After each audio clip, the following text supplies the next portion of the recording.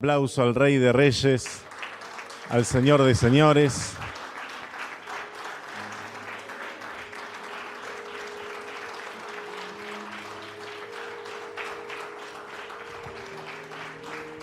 Gloria a Dios. Y sean todos muy bienvenidos, hermanos. También los que nos están mirando a través de las redes sociales, también sean bienvenidos. Y vengamos expectantes a la presencia de Dios. No vengamos como si esto fuera un jueves más, un culto más, una reunión más, no. Vengamos expectantes, pidiéndole a Dios, Señor, todo lo que tienes para mí, quiero tener un corazón receptivo, una fe genuina, real, verdadera, palpable, sonante, donde el Señor se pueda manifestar.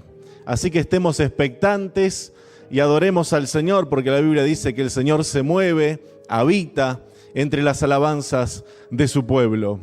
Acordémonos cuando Pablo y Silas alababan al Señor en la cárcel, que dice que las cadenas se rompieron y las puertas de la cárcel se abrieron, y estemos también expectantes por la palabra. Amén. Vamos a entregar este momento en las manos del Señor.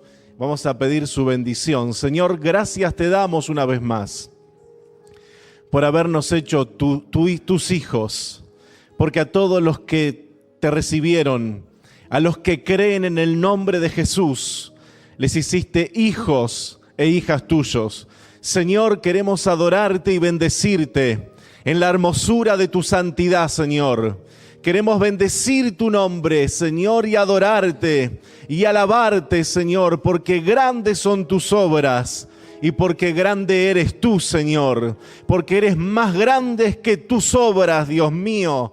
Señor, te adoramos y te bendecimos y te damos gracias, Señor, por habernos rescatado, por habernos limpiado, por haber santificado nuestra vida. Te damos gracias porque cuanto está lejos el oriente del occidente, hiciste alejar de nosotros nuestras rebeliones. Gracias, Señor, porque tú eres el que sana todas nuestras dolencias, eres el que rescata del hoyo nuestra vida. Eres el que nos corona de favores y de misericordias. Eres el que sacia de bien nuestra boca, de modo que nos rejuvenecemos como el águila. Señor, gracias te damos. Gracias, Padre, gracias, Señor. Te alabamos y te bendecimos y entregamos este tiempo en tus manos. Todo lo que acá se haga o se diga, Dios mío, sea bajo la dirección del Espíritu Santo de Dios. Gracias, Señor Dios mío. Adoramos tu nombre y te bendecimos desde ahora y para siempre. Padre, a ti oramos en el nombre de Jesús de Nazaret, Dios mío, porque hay poder en ese nombre, hay autoridad en ese nombre. Los principados y las potestades huyen en ese nombre. Los demonios se doblegan a ese nombre. Señor, en tu nombre hay perdón de pecados. En tu nombre hay sanidad para el enfermo. En tu nombre hay salvación para el perdido. No hay otro nombre bajo el cielo dado a los hombres en que podamos ser salvos. Gracias, Señor, te damos y a ti atribuimos toda la gloria, poder y majestad, Señor, en el nombre de Jesús. Amén y amén. Alabamos y bendecimos el nombre del Señor. Amén, hermanos. Pueden tomar asiento, por favor. Vamos a seguir adelante con el culto en esta tarde. Damos gracias al Señor por la oportunidad que nos da nuevamente de estar aquí reunidos en el día de hoy. Y como siempre puedo decir que el Señor guardó una vez más nuestra salida y nuestra entrada, como dice la palabra, ¿no? Es una de las promesas que el Señor nos ha dejado en su palabra y la vemos constantemente. Cada vez que tenemos que salir, en esta ocasión estuvimos, como bien saben ustedes, en Israel, con un grupo grande. La gente estaba asombrada, la gente nos paraba en la calle y nos preguntaban de dónde éramos, cómo nos habíamos atrevido a ir en este momento a Israel. Y la respuesta que todos le dábamos siempre a la gente es que en este momento es cuando hay que venir aquí, a apoyarles.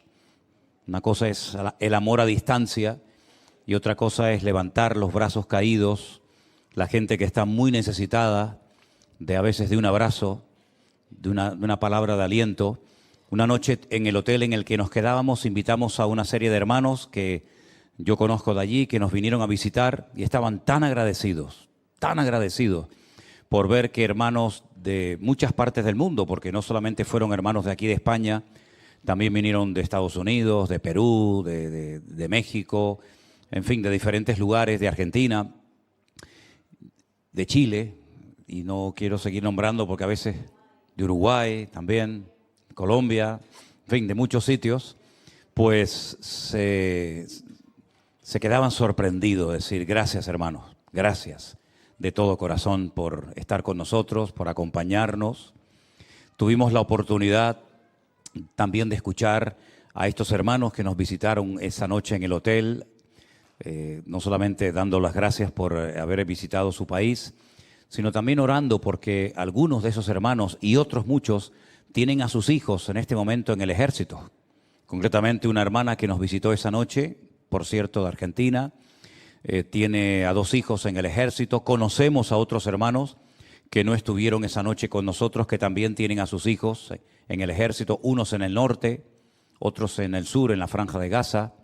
Y vimos un país triste, un país que nos llamó mucho la atención, primeramente porque lo vimos prácticamente vacío. Jamás habíamos ido, por ejemplo, a la fortaleza de Masada, que es uno de los lugares más visitados de Israel, y estaba vacío, solamente estábamos nosotros, no había nadie. Un lugar donde caben entre 150 y 200 autobuses y solo estábamos nosotros. Tremendo. Fuimos al huerto de Getsemaní, que allí hay que hacer colas para poder entrar, nosotros solos. Fuimos al Monte de las Bienaventuranzas, donde siempre hay muchísimos cristianos de todo el mundo, nosotros solos. Estuvimos en Tiberias, por cerca del mar de Genesaret, y como bien saben ustedes, pues hay un hermano, hay varios, pero hay un hermano que alquila un barco y tenemos un tiempo de alabanza y estuvimos cantando unas alabanzas juntos, y era el único barco navegando en el mar de Galilea, porque, bueno, los grupos no podían ir, las líneas aéreas suspendieron los viajes, y la verdad es que es muy impactante, ¿no? Ver ese país alegre, que siempre están cantando y danzando por las plazas, por las calles, ver a la gente triste, cabizbaja, la verdad es que es muy impactante.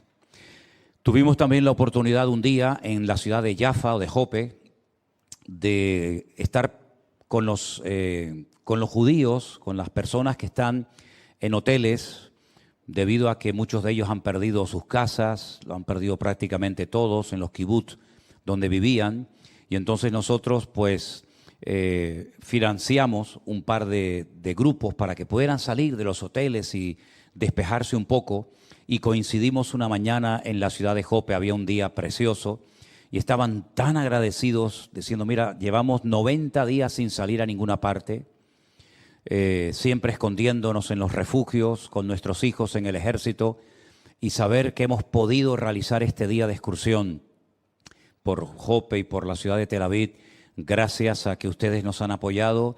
El guía que estaba con ellos, que yo lo conozco hace años, también un argentino, bueno, me llamó aparte, nos abrazó, gracias por ayudarnos a salir un poco, a darnos trabajo.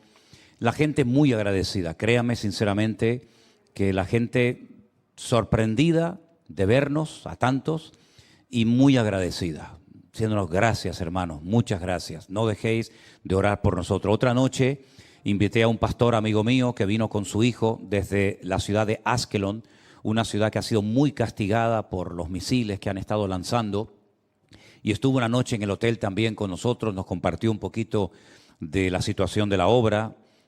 Han estado más de 2 meses la iglesia cerrada, porque al no tener un refugio no podían celebrar los cultos, y bueno, aunque nos invitó a que fuéramos un viernes a tener una reunión con ellos, no pudimos, en fin, porque teníamos otras obligaciones, otras cosas, pero sobre todo, hermanos, lo que nos pide todo el mundo, todo el mundo, es oren por nosotros, no dejen de orar por nosotros. Yo sé que lo estáis haciendo, amén, hermanos.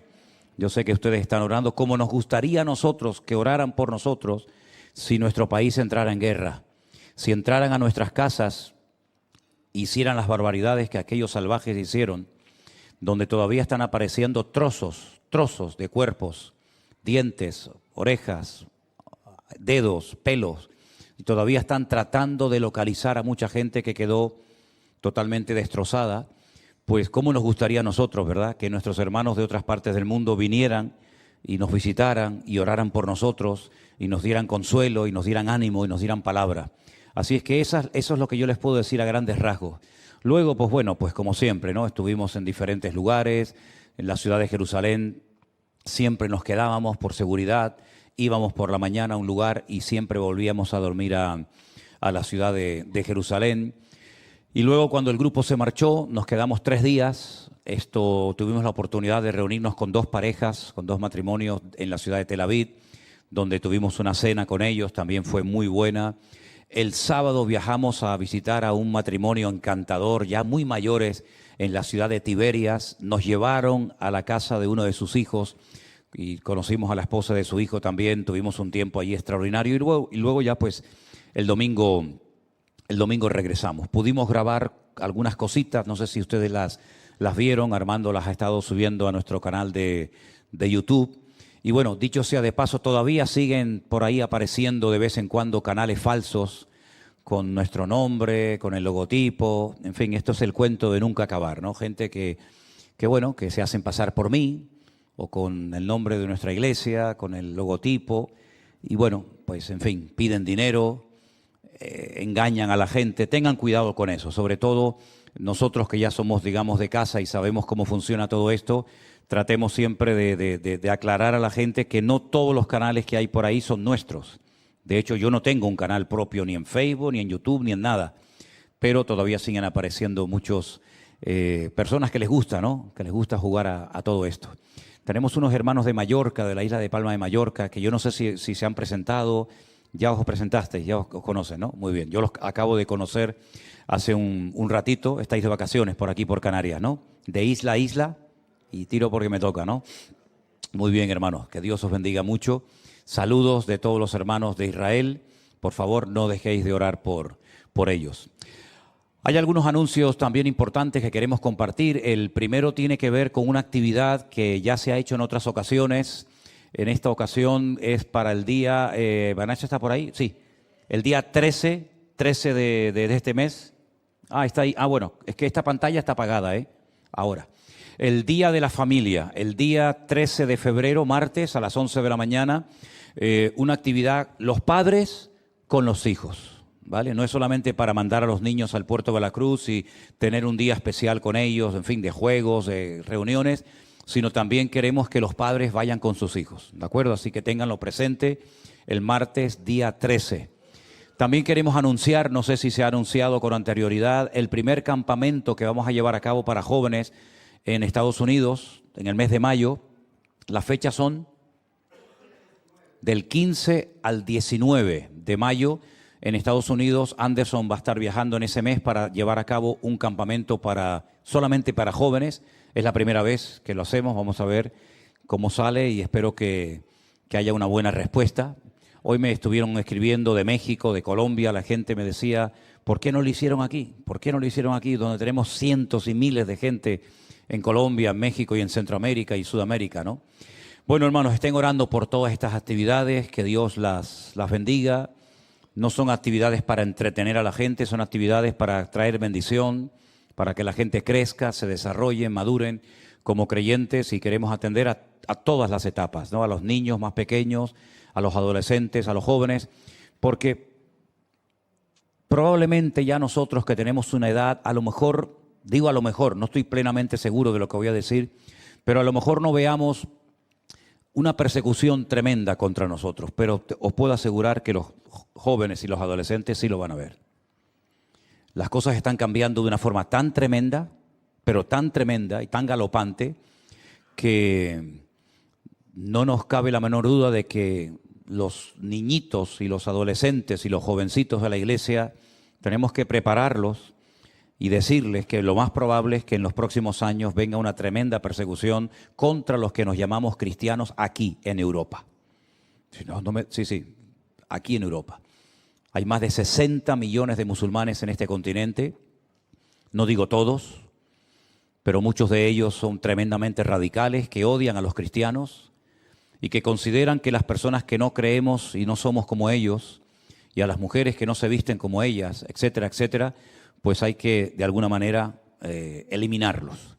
Así es que probablemente los próximos años, estos niñitos que están ahora aquí en la iglesia, pues experimentarán algo que a lo mejor a nosotros no nos toca muy directamente, pero que dada el crecimiento y los objetivos y los planes que lo dicen abiertamente, no es que se ocultan, no es que no dicen las cosas para que la gente no se... No, es que ellos lo dicen abiertamente. Vamos a por ustedes.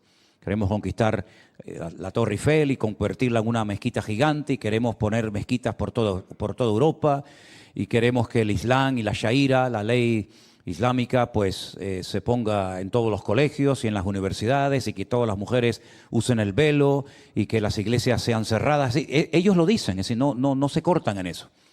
El objetivo de ellos es conquistar Europa para el Islam, y bueno, están haciendo todo lo posible, presionando. Quiero decirles que la mezquita más grande de Europa se está construyendo aquí en el sur de nuestra isla de Tenerife, por si no lo sabían, La mezquita más grande de Europa, aquí en Adeje, se está construyendo. El ayuntamiento creo que les regaló el terreno.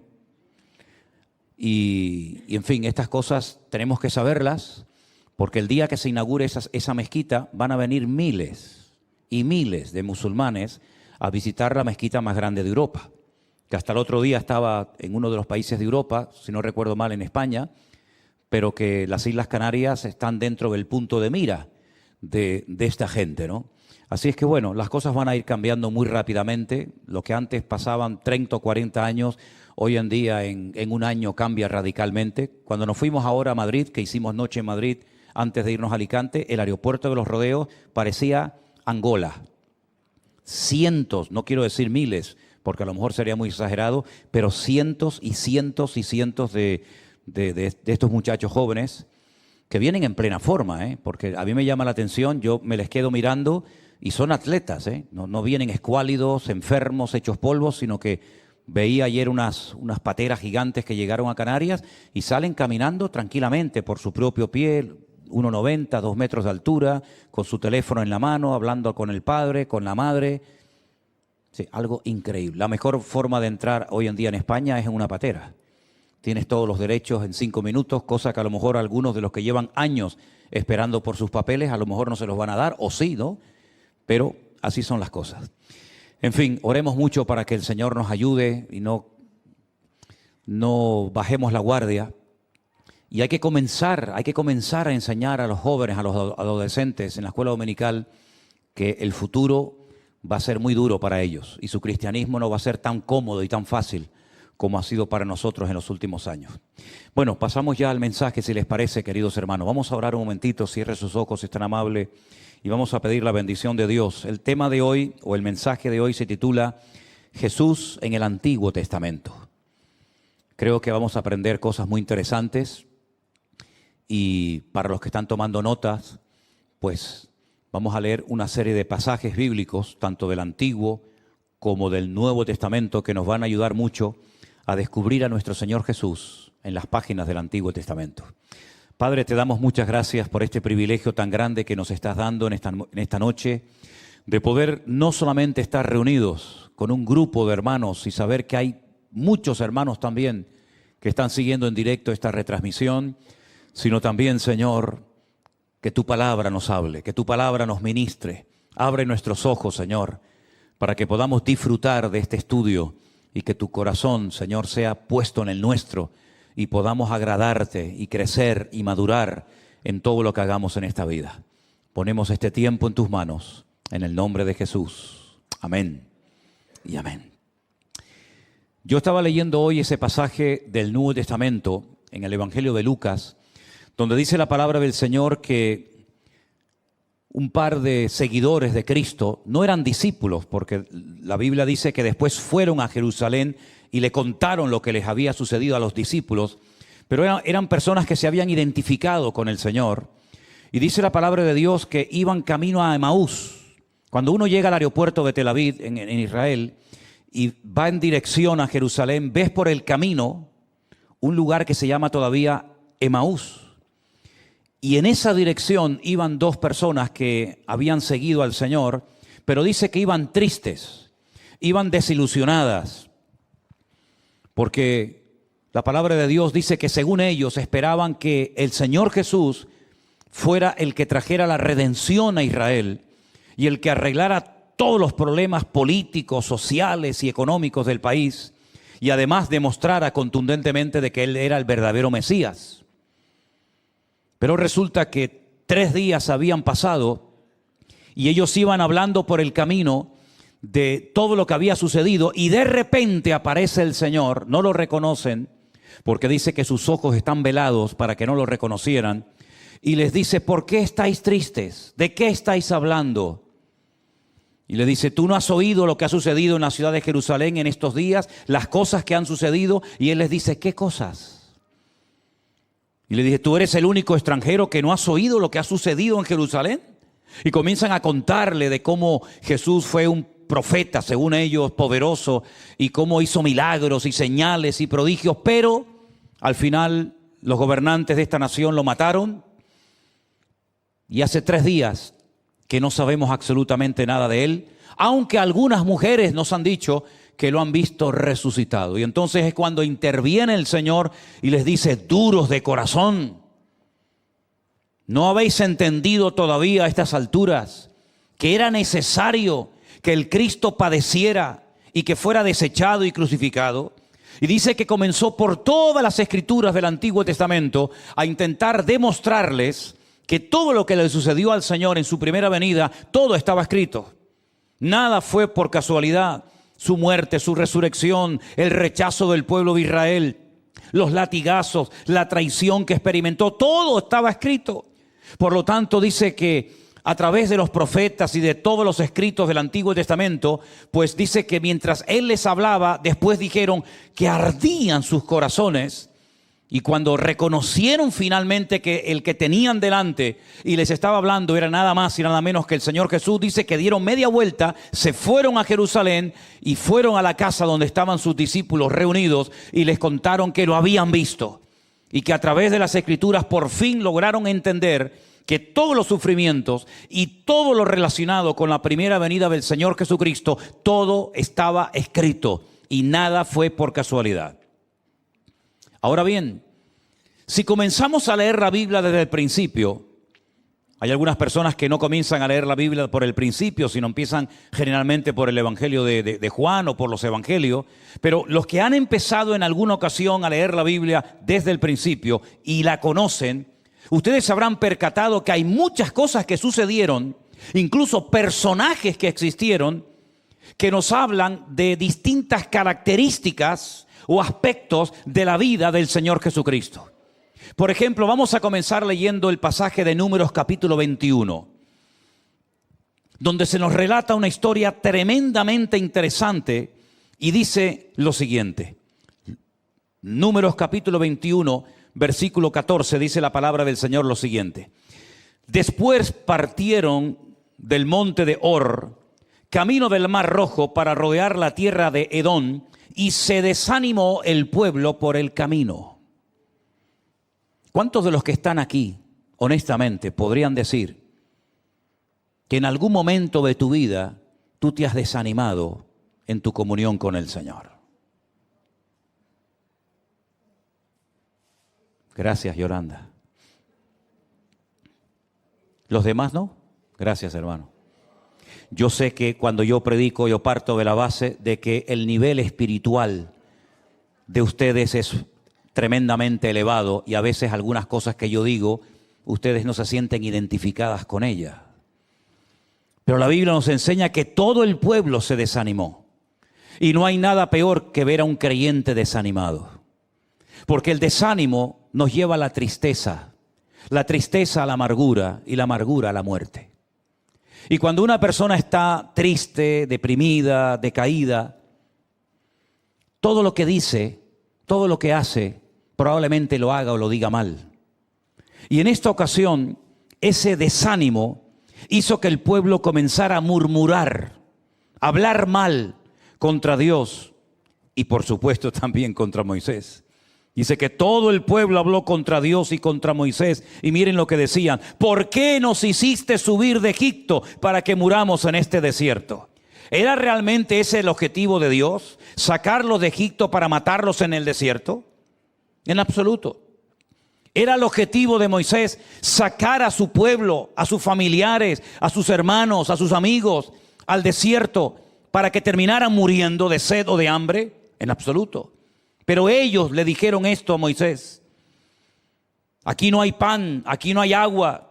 Nuestra alma tiene fastidio de este pan tan liviano. Se referían al maná. Y el Señor envió entre el pueblo serpientes ardientes o serpientes venenosas que mordían al pueblo, y murió mucho pueblo de Israel. Miles y miles de personas murieron. Esas serpientes venenosas estaban en el desierto, siempre han estado y siempre estarán en el desierto. Pero lo que hizo que esas serpientes salieran de la arena fue la forma negativa como ellos comenzaron a hablar. Es decir, mientras ellos hablaban bien, mientras obedecían y bendecían al Señor, esas serpientes a ellos no les afectaban, aunque ahí estaban.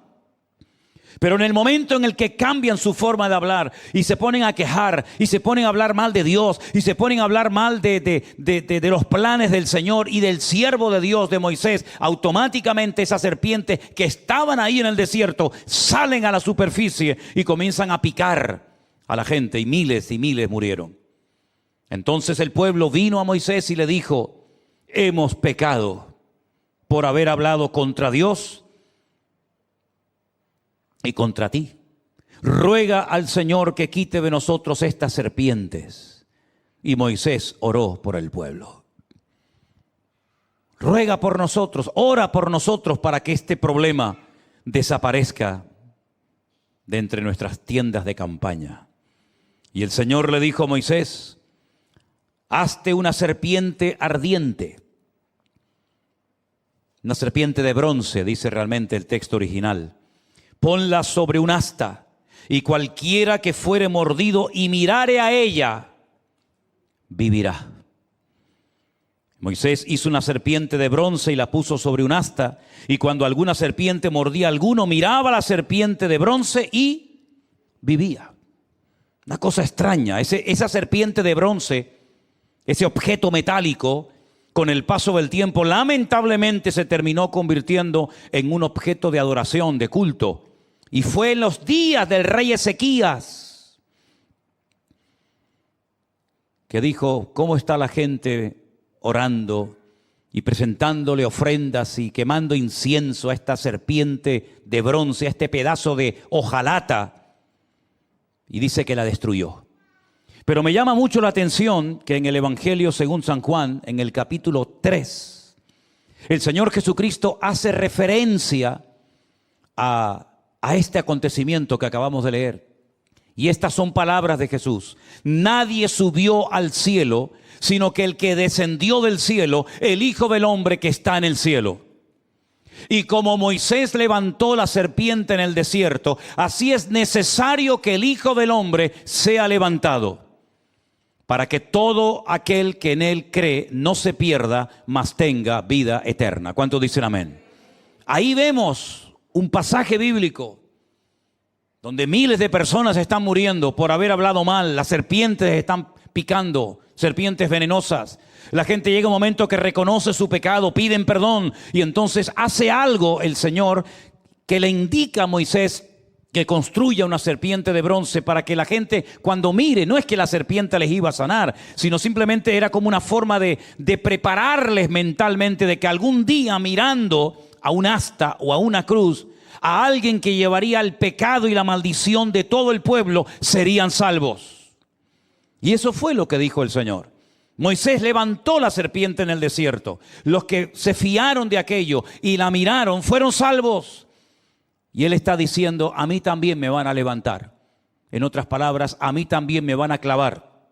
En este caso, en un madero, en una cruz. Para que todo aquel que me mire y crea a mí no se pierda, mas tenga vida eterna. ¿Cuántos dicen amén? Hubo uno clavado el mismo día y en el mismo monte, en el mismo lugar donde estaba también crucificado el Maestro. Y se le quedó mirando y le dijo: acuérdate de mí cuando vengas en tu reino. Y el Señor le dijo: hoy estarás conmigo en el paraíso.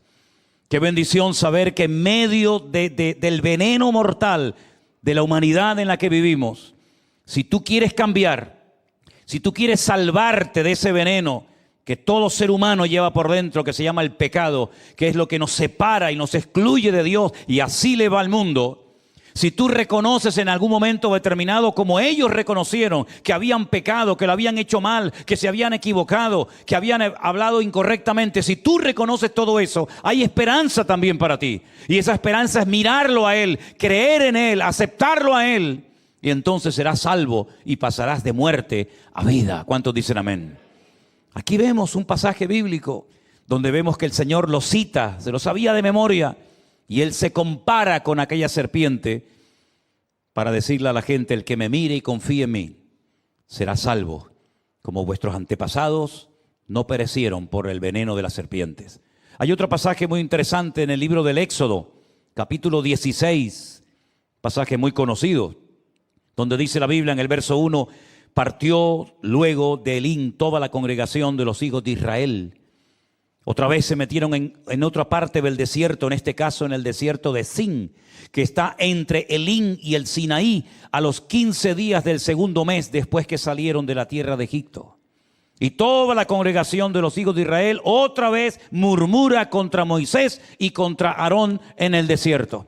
Mira, si tú comienzas a buscar en la Biblia todas las veces que Israel pecó, todas las veces que Israel se quejó, todas las veces que le echaba la culpa a Aarón, a Moisés, a Dios o a quien fuera, yo creo que te van a hacer falta muchos rotuladores. Se van a acabar la tinta de muchos rotuladores, porque es que es algo constante en la vida de esta gente. Siempre quejándose, siempre echándole la culpa a Dios. Ellos nunca reconocían sus pecados o pocas veces lo reconocían, y en esta ocasión otra vez vuelven a murmurar. Y toda la congregación, dice el versículo 2, murmuraron contra Moisés, contra Aarón, y les decían: ojalá hubiéramos muerto por la mano de Dios en la tierra de Egipto, cuando nos sentábamos a las ollas de carne, cuando comíamos pan hasta saciarnos, pues nos habéis sacado a este desierto para matar de hambre a toda esta multitud. Oye, las tonterías que dice uno cuando está mal, ¿eh? ¿Te has dado cuenta? Ojalá nos hubiéramos muerto en Egipto. Por lo menos moriríamos de otra cosa, pero no de hambre, como ustedes nos quieren matar. Echan de menos la esclavitud. Quieren volver atrás. Y comienzan a orar y comienzan a decir cosas terribles. Pero el Señor le dijo a Moisés, verso 4: he aquí yo haré llover pan del cielo, y el pueblo saldrá y recogerá diariamente la porción de un día, para que yo pruebe si anda en mi ley o no. Mas en el sexto día prepararán para guardar el doble de lo que suelen recoger cada día. ¿Por qué? Porque el día siguiente, el séptimo día, el día del reposo del Shabbat, no iba a caer maná. Entonces la Biblia dice que el día anterior, el sexto, tenían que recoger para ese día y para el día siguiente. Y algunos salían el séptimo día, cuando el Señor les había dicho: no salgan, porque el séptimo día no habrá maná. Queridos hermanos, 40 años estuvo produciéndose este milagro cada día en el pueblo de Israel, salvo el día de reposo. 40 años seguidos. Todos los días salían al campo y recogían el maná y estuvieron comiendo, como llama la Biblia, pan del cielo. El Señor Jesucristo, que conocía perfectamente ese pasaje bíblico y esa historia, en el Evangelio también de Juan, capítulo 6, verso 48, miren lo que dice: yo soy el pan de vida. Vuestros padres comieron el maná en el desierto y murieron. Este es el pan que desciende del cielo, para que el que de él come no muera. Yo soy el pan vivo que descendió del cielo. Si alguno comiere de este pan, vivirá para siempre. Y el pan que yo le daré es mi carne, la cual yo daré por la vida del mundo. ¿Cuántos dicen amén? El Señor Jesucristo dijo: vuestros antepasados comieron el maná, pero ninguno de ellos vivió. Todos murieron. Pero yo, que soy el pan verdadero que desciende del cielo, el que come de mi carne, y está hablando metafóricamente, no literalmente, no morirá jamás, sino que pasará de muerte a vida y tendrá vida eterna. Ese pan, esa comunión, esa relación con el Señor, tú la tienes que mantener fresca y viva cada día. Tú eres el máximo responsable de cuidar tu comunión con Dios. No le eches la culpa al gobierno, no le eches la culpa al mundo, al diablo, al pastor, a la iglesia o a quien tú quieras. Si tu relación no funciona, tú eres la persona responsable de orar cada día, de leer la palabra cada día, de buscar momentos para estar a solas con Dios, sin teléfono, sin ordenadores, sin que nada te perturbe. Tú eres la persona más responsable de cuidar tu relación y tu comunión con el Señor. Si tú comes de Él, si tú tienes comunión con Él, tú no te vas a morir de hambre espiritualmente hablando. El vacío de tu corazón va a desaparecer. No vas a tener esa insatisfacción permanente, que algo me hace falta, y compras, otros comen y comen. Y cada uno quiere llenar, ¿verdad?, el vacío de su corazón de una forma diferente. Unos comiendo, otros viajando. Pero mi querido hermano, el pan de vida, que es nuestro Señor Jesucristo, es lo único que puede saciar tu alma y tu apetito espiritual, y que nunca pierdas el apetito, porque cuando una persona pierde el apetito es porque está enferma, algo le está pasando. Amén, hermanos. Señor Jesucristo se comparó con aquel maná del desierto, como se comparó con la serpiente del desierto. Y vemos otro pasaje más en el Antiguo Testamento, un reflejo, una pincelada de lo que ocurriría en el ministerio de nuestro Señor Jesucristo. Pero hay un pasaje interesante.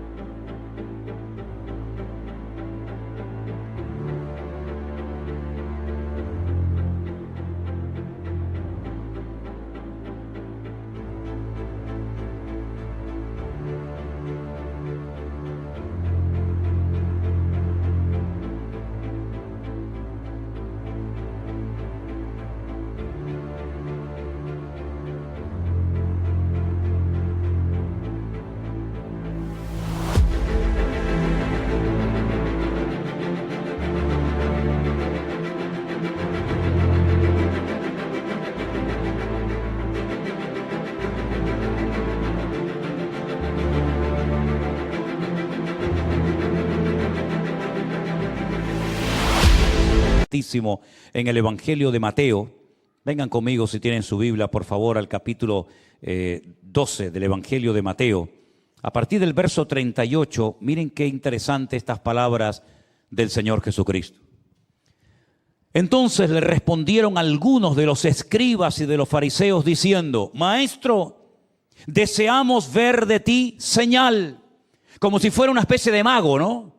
Haz algún truco, haz algún milagrito, alguna señal para que nos convenzas y así creamos en ti. ¿Pero esto qué es? ¿Pidiéndole al Señor que haga señales? Miren lo que le dice el Señor.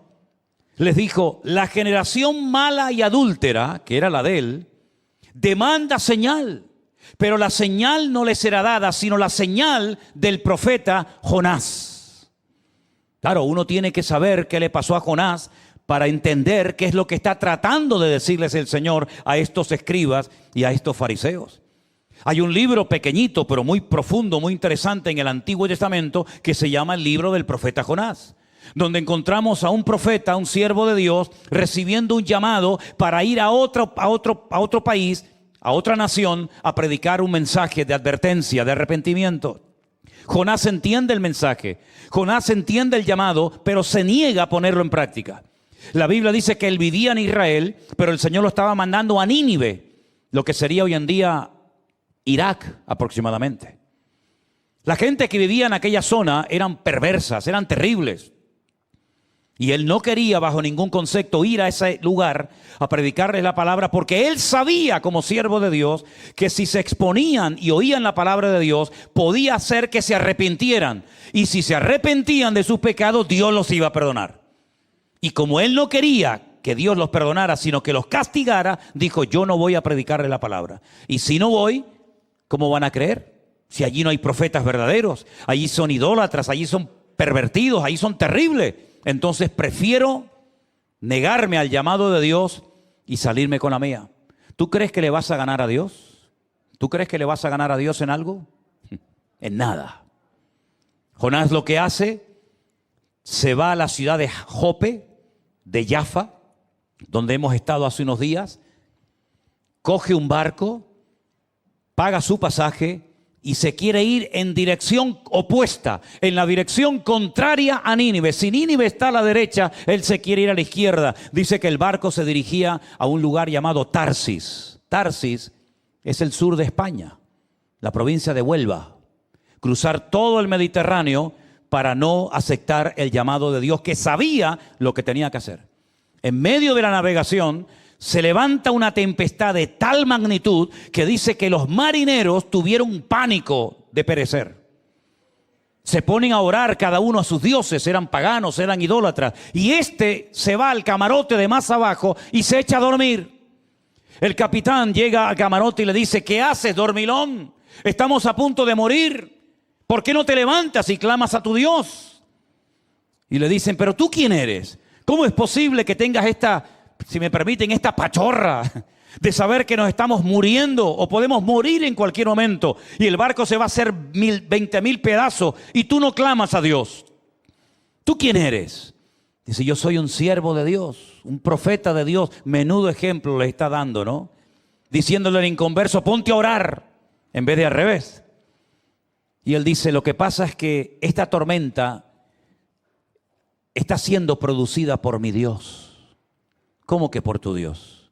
Sí, porque yo estoy huyendo de la presencia de Él, como si se pudiera uno ir a una parte del mundo y huir de Dios.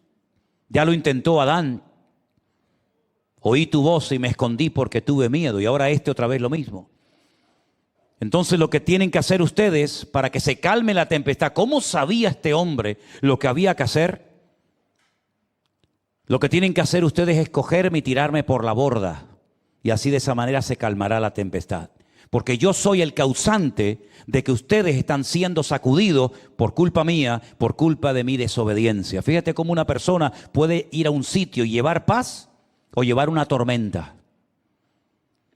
Procura no tener nunca en tu casa un Jonás, ni enamorarte de un Jonás, porque si tenías un rayito de paz, te lo va a arrancar de cuajo. Porque son así. Porque las personas como Jonás ni son felices, ni pueden hacer a los demás felices. Son personas que huyen de Dios, aunque conscientemente a lo mejor no sean conscientes de ello. Lo lanzan al mar. ¡Qué valor, eh! ¡Qué valor decir: tíreme por la borda en un mar en tempestad! Tremendo. Pero prefiere morir antes de arrepentirse y reconocer que lo estoy haciendo mal y que tengo que ir a Nínive porque Dios me dice que tengo que ir allí a predicar. Él cree que se va a morir y los ninivitas van a morir, pero Dios nunca pierde, querido hermano. ¿Cuántos dicen amén? Dios nunca pierde. El Señor dice que tenía preparado un enorme pez, no habla de ballena en ningún momento, habla de un enorme, de un gigantesco pez que lo encontró y se lo tragó. Y allí estuvo 3 días y 3 noches dentro del vientre de aquel enorme pez. Fue tan grande el pánico, el terror que tenía ese hombre en la oscuridad. Si la tormenta arriba era terrible, imagínate dentro de un pez navegando por el fondo del mar. Fue tan grande el pánico que cogió que dice la Biblia que invocó a Dios desde la angustia, desde la desesperación, y Dios lo oyó y le dio la orden al pez de que lo vomitara en una playa. Y entonces al final dice: está bien, Dios, está bien, tú ganas, me voy a Nínive.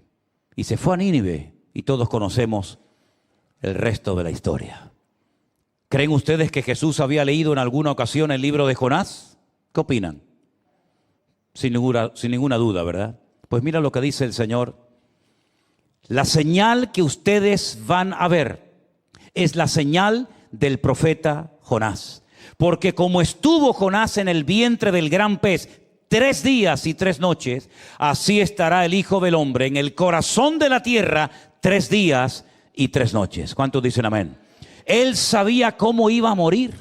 Jonás estuvo en el vientre de un enorme pez. Yo estaré en el vientre, en el corazón de la tierra, 3 días y 3 noches. No por desobediente como Jonás, sino por haber cargado voluntariamente el pecado, la iniquidad, la perversión de cada uno de ustedes. Yo también estaré enterrado 3 días y 3 noches, pero resucitaré al tercer día. En otras palabras, una porción bíblica más. Ya hemos visto la de la serpiente, la del maná, ahora la de Jonás. Cómo se ve al Señor Jesucristo en todas las páginas, en todos los libros del Antiguo Testamento. Uno realmente se queda sorprendido cuando lee las páginas del Antiguo Testamento, cómo aparece de alguna manera, alguna característica, algo del ministerio de la primera o de la segunda venida del Señor en las páginas del Antiguo Testamento. Voy a ponerles un ejemplo más. ¿Quién no ha oído hablar alguna vez del sumo sacerdote? ¿Verdad? Hasta el otro día teníamos ahí en la entrada de la iglesia como una especie de maniquí, ¿no? De muñeco que hicimos en su época, en su momento, con las vestiduras del sumo sacerdote, para que ustedes se hicieran una idea de cómo se vestía aquel hombre y qué función cumplía en el pueblo de Israel. El sumo sacerdote era el representante del pueblo delante de Dios y al mismo tiempo también representaba en cierto sentido a Dios delante del pueblo. Tenía el privilegio de ir vestido de una forma diferente a todos los demás. Llevaba piedras preciosas en el efod, en el pectoral, y en esas piedras aparecían los nombres de las tribus de Israel. Llevaba una mitra, un sombrero con una plancha de oro que decía santidad al Señor. Era realmente un privilegio poder ser sumo sacerdote. Pero el mayor privilegio de todos los que tenía este hombre era que una vez al año, sí, una vez al año solamente, podía entrar al lugar santísimo, a lo más profundo del templo del tabernáculo, y allí postrarse delante de Dios e interceder y orar por el pueblo que fuera estaba esperando a que Él clamara por misericordia para el pueblo durante ese año.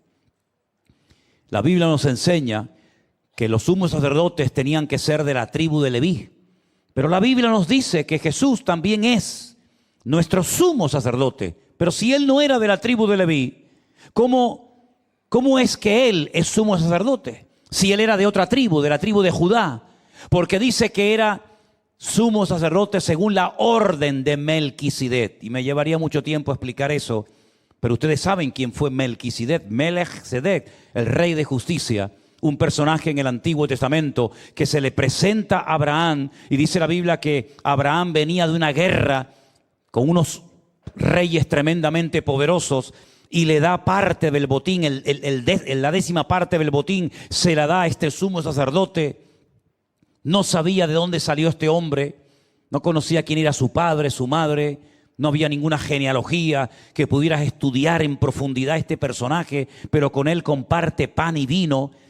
Y dice la Biblia que Jesús es sumo sacerdote según la orden, según la línea de Melquisedec. Y por eso en Hebreos capítulo 7, versículo 22, dice: por tanto Jesús es hecho fiador de un mejor pacto.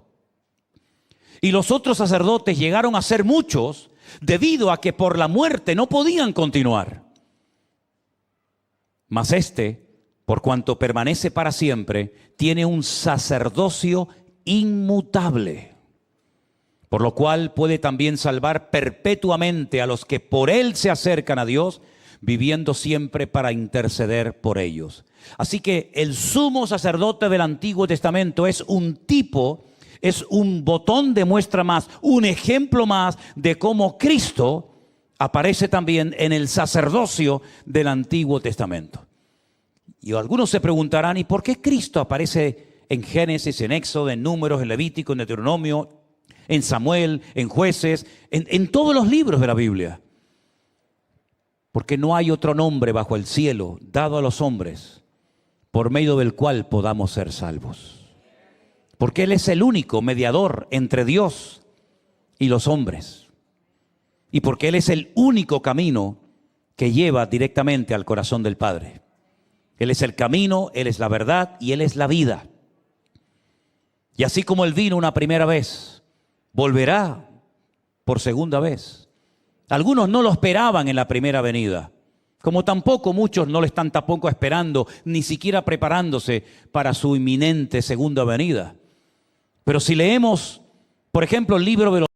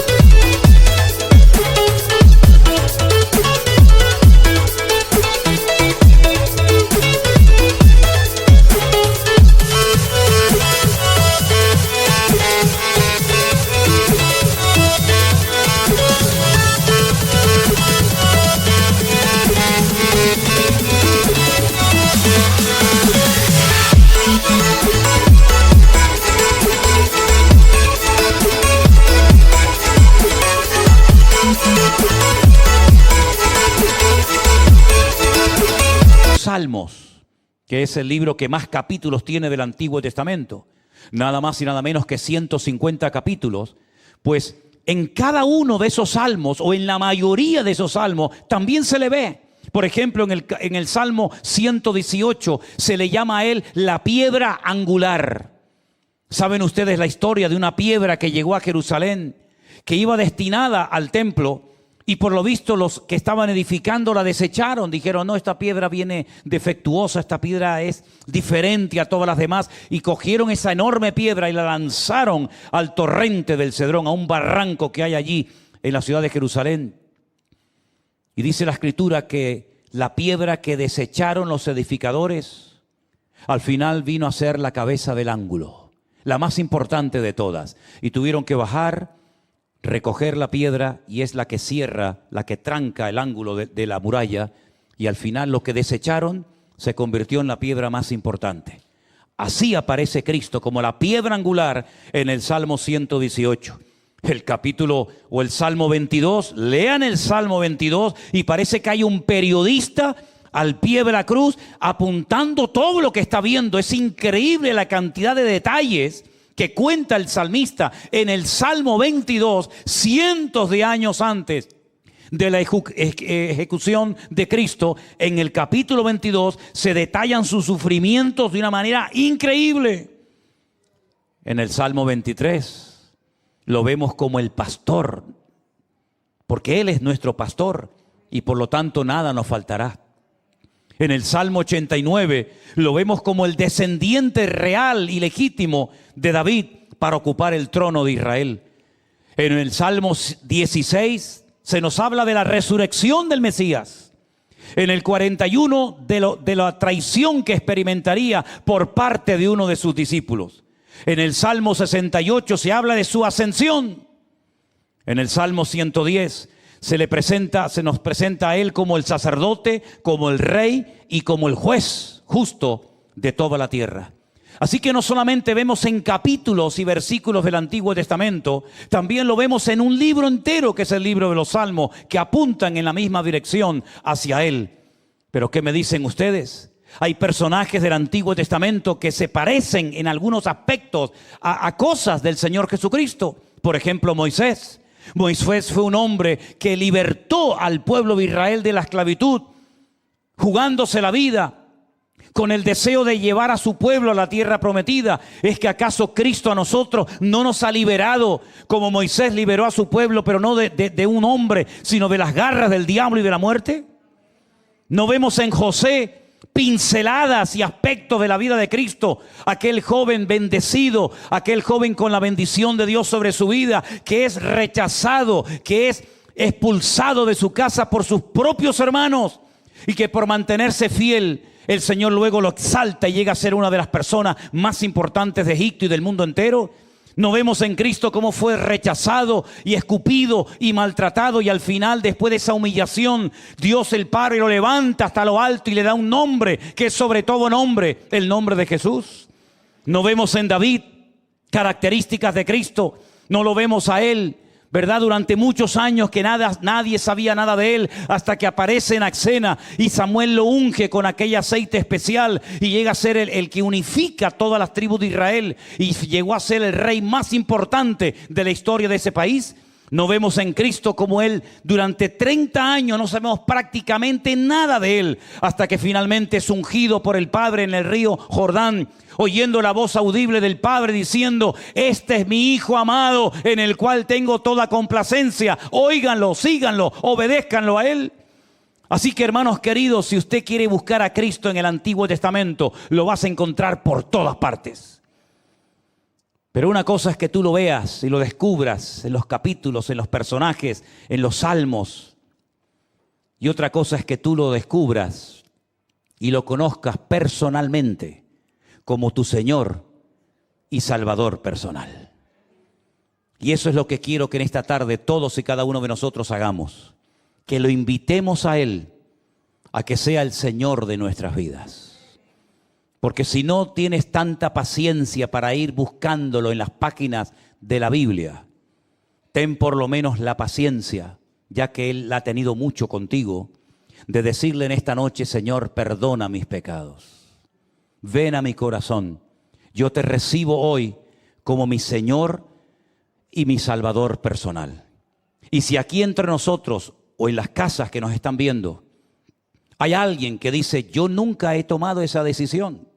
Nací en un país católico, pero eso no significa nada. Si usted hubiera nacido en Irán, ¿hubiera sido católico? Si hubieras nacido en Afganistán, ¿hubieras hecho la primera comunión como la hiciste? Seguramente que no. Todo depende del país, de la cultura, de los padres que tuviste. Pero la salvación no se transmite, no se hereda genéticamente de padres a hijos, sino que es una decisión personal que cada persona tiene que tomar en algún momento determinado de su vida. Y hoy llegó tu oportunidad. Ya no tenemos entre nosotros ni a Pablo, ni a Pedro, ni a Santiago, ni a María Magdalena, ni a Ruth, ni a Abraham, ni a Moisés. Ya esos personajes ya no están entre nosotros. Estamos en otro tiempo, en otra etapa de la historia. Pero, queridos hermanos, todavía el hombre sigue necesitando urgentemente, yo creo, más que nunca, pactar y tener a Cristo en su corazón. ¿No les parece? Vengo de un país que tuvo el privilegio de ser el único país del mundo elegido por Dios. Los milagros más grandes que jamás Dios ha hecho, los hizo por ese pueblo. Pero todavía sigue habiendo gente, como me dijo uno en un hotel: yo no necesito clamar a Él para nada, porque no siento esa necesidad. Y le dije: qué curioso que no sientes la necesidad de clamar a Él, de buscarlo a Él, pero sí sientes la necesidad de venir al hotel donde yo estoy a pedirme dinero. Lo que tú necesitas no es dinero. Lo que tú necesitas es conocerlo a Él. Porque cuando lo tengas a Él, aunque las cosas te vayan igual o peor, cuando lo tienes a Él, no necesitas absolutamente de nada ni de nadie. Podrás dormir tranquila, te cases o no, venga tu marido o no, seas madre o no, seas sana o sano de tu enfermedad o no, las circunstancias son cambiantes y pueden venir a favor o en contra. Pero cuando tú lo tienes a Él, tienes la perla de gran precio. Y algún día veremos en las páginas del Nuevo Testamento cómo se le llama, con qué títulos se le llama, se le define, se le describe, para que veas que la experiencia más grande que puedes tener en esta vida no es la de que te toque una lotería o una quiniela. No es la de ser madre o padre, o abuelo o abuela. La experiencia más hermosa del mundo es la de conocer al Señor Jesús como tu Señor y Salvador personal. Cierra tus ojos, por favor, ahí donde estás. Aleluya. Aquellos que iban camino a Emaús iban tristes porque iban solos. Pero cuando el Señor se presentó, les cambió la vida. Porque cuando Cristo se presenta en una vida, la tristeza se disipa y se convierte en paz. la paz que sobrepasa todo entendimiento humano. El vacío se llena, la noche se convierte en día, la tormenta se convierte en calma y en bonanza, de tal manera que merece la pena vivir para Él, incluso hasta morir para Él. Porque ya sea que vivamos o muramos, somos del Señor. Y nosotros no tenemos que pedirle: Señor, haznos un milagrito, haznos una señal que nos convenza. Ya no hace falta pedir nada de eso. Porque su muerte y su resurrección fueron la señal más grande de todos los tiempos de la humanidad. Y hoy podemos decir: creo en ti, Señor. Dígalo conmigo: yo creo en ti, Señor Jesús.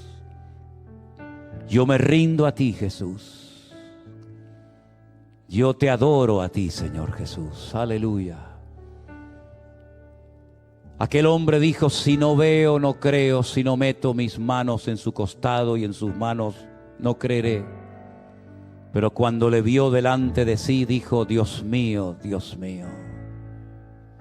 Hoy el Señor viene a tu corazón y golpea en la puerta de tu mente, de tu voluntad, y te dice: déjame entrar.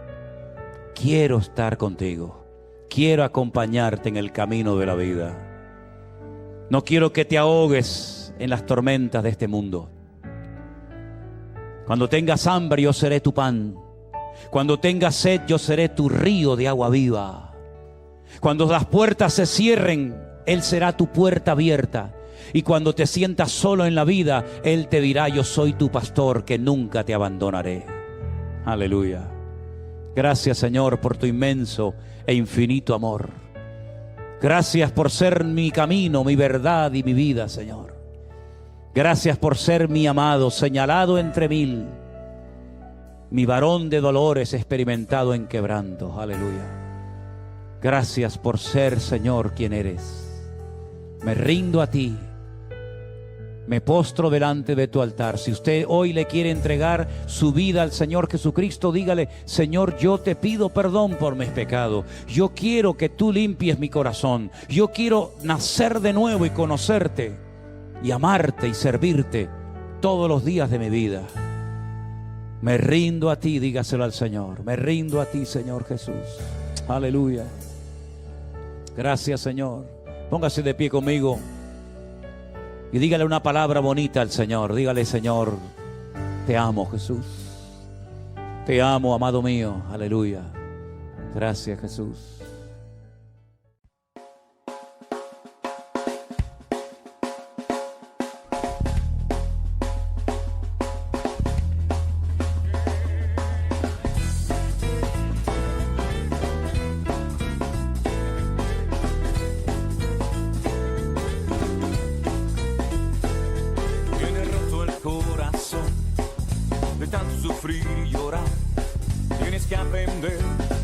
Descansar en Dios. No importa lo que te dijeron, no importa lo que te hicieron, tienes que aprender a descansar en Dios.